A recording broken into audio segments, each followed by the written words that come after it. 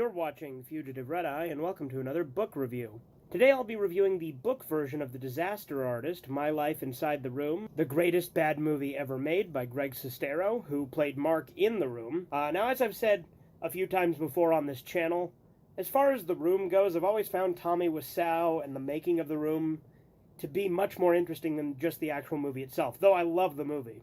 And I have previously seen the movie adaptation of this same book, The Disaster Artist. The movie had a couple of things I didn't like about it. Like, there's some shit they just made up, and some very key details I felt they omitted. For instance, there's a scene in the movie that has Bryan Cranston in it offering Greg a job on an episode of Malcolm in the Middle, and Tommy ruins that opportunity for him by having him shave his beard. That's not at all what happened. Bryan Cranston was never involved at any point in this, so they just made that up as an excuse to put Bryan Cranston in the movie, which I thought was kind of lame to just make it up. I like Bryan Cranston, I just didn't think it fit, because it obviously didn't happen, and this is a biopic.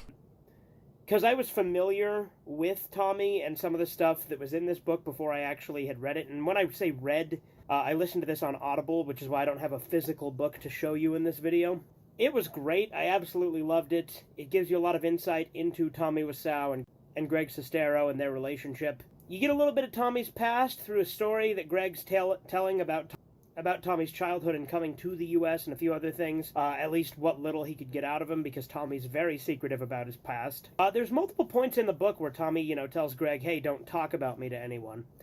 And that's why I'm surprised that they're still on good terms at all, because this whole book is talking about him. I've always wondered that, because I know Tommy's very secretive. So, the fact that he's okay with this book existing and still associates with Greg, I think, is pretty interesting. I assume there was probably some tension when he originally wrote it, but it's an amazing book.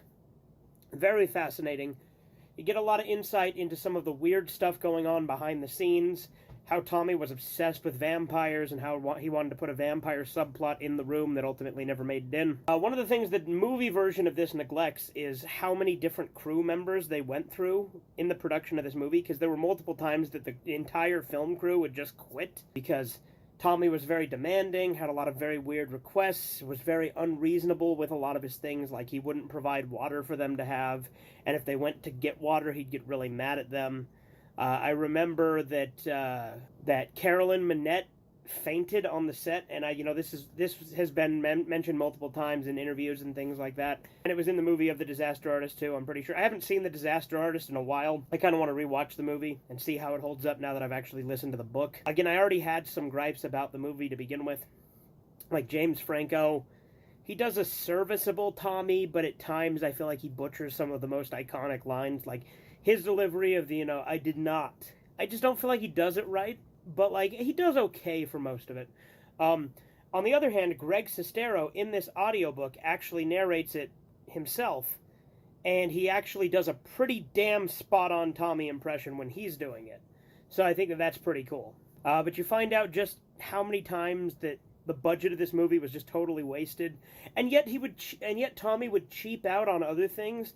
Like, he only paid like $20 to use a flower shop because they accepted that, and it was like a hard sell to get him to actually pay the crew a reasonable amount in some cases. And even then, like, a lot of the stuff they wanted wasn't even that outlandish. Like, all of their demands that the different crews had for him were totally reasonable. For instance, the guy who played Chris R. wanted him to pay for his shoes since Tommy was supposed to pay for his entire wardrobe. And that was like a big thing that Tommy threw a fit about, but the shoes weren't even that expensive, especially compared to all the other shit he was spending money on. But he just wouldn't cave to, like, any of them for most of what was going on during production. It's a fascinating read. Tommy Wiseau is a very interesting person. I absolutely am looking forward to his next movie, Big Shark, that's supposed to be coming out soon. I don't know when soon is, but hopefully very soon. I've seen his sitcom, The Neighbors. I've seen a couple episodes of that, didn't care for it, but I might want to get it eventually just to kind of see it and complete, my Tommy set. Because I do have The Room, I have the Tommy Wiseau, and I have Tommy's documentary, Homeless in America. I'm a big fan of Tommy Wiseau. I think I have a little bit more fun with, like, Neil Breen's movies, like Fateful Findings and Twisted Pair and that. But I think that Tommy is much more interesting of a person to me than Neil Breen is. Tommy's just a fascinating thing. He's like a human cartoon character. He's so strange, and I love him. So this is a great read for anyone who's a fan of The Room or Tommy Wiseau. But I think that's all really for this review. I hope you've enjoyed. This has been Fugitive Red Eye. Have a good one. Toodles. I'm gonna fucking die here, Jack!